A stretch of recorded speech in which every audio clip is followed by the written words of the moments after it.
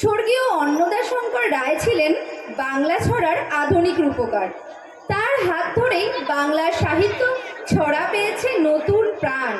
বহুমুখী প্রতিভাধর এই ছড়া শিল্পী বাংলা সাহিত্যের সব ক্ষেত্রেই তার প্রতিভার স্বাক্ষর রেখে তাকে আরও সমৃদ্ধ করেছে।